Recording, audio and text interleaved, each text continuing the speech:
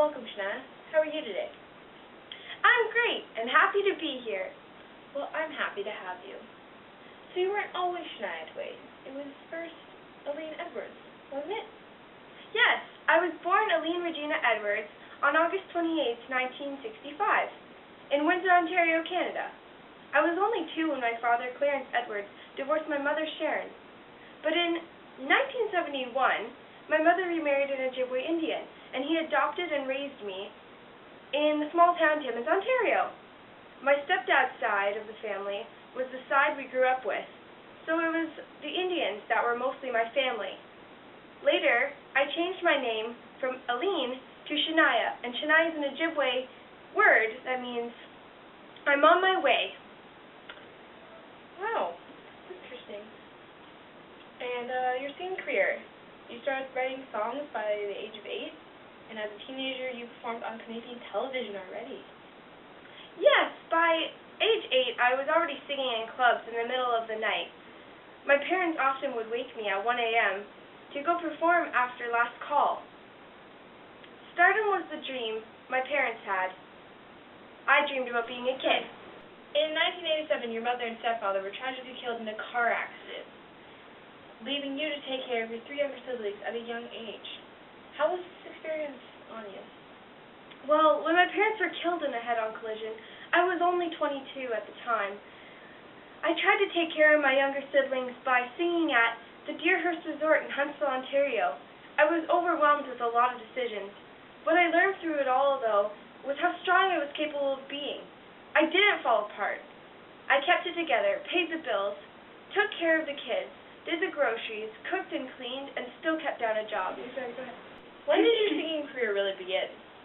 Well, once my siblings were old enough to take care of themselves after the tragic event, I began to pursue my dreams in Nashville, signing record deals with Mercury Nashville. And shortly after, I released my first self-entitled CD in 1993. Around that time, I began writing songs over the phone with solitary London-based producer Robert John Lang, for short, Mutt. In June 1993, after months of working together, we finally met in person. By December, we were married. It was just like a dream. Wow. So Mutt was known for his work with heavy metal bands, AC/DC, Def Leppard, and Foreigner.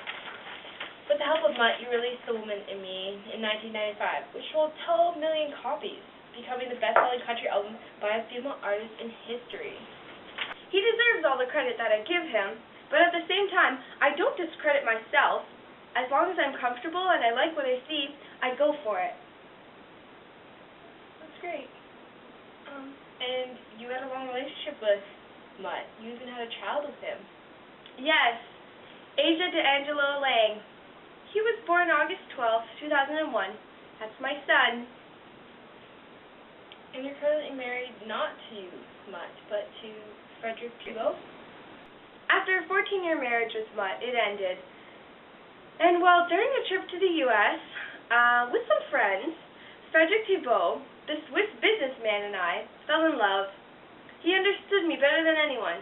We leaned on one another through the ups and the downs, taking turns holding each other up. Wow, it's like a dream. Is music important to you? Well, I didn't sign up to be a model or an actress, and I didn't want fame. For me, it's all about the music. Music is when I feel at my best, spiritually, emotionally, physically. You haven't released a commercial album since Greatest Hits in 2004. This is a very long absence for a performer. Even though you're financially set for life, and your legacy does live on forever, especially given the songbirds of today, like Taylor Swift considers you as a guiding influence. That's very sweet. That touches my heart. Even with a new musical generation upon me, I am not ready to call it quits just yet.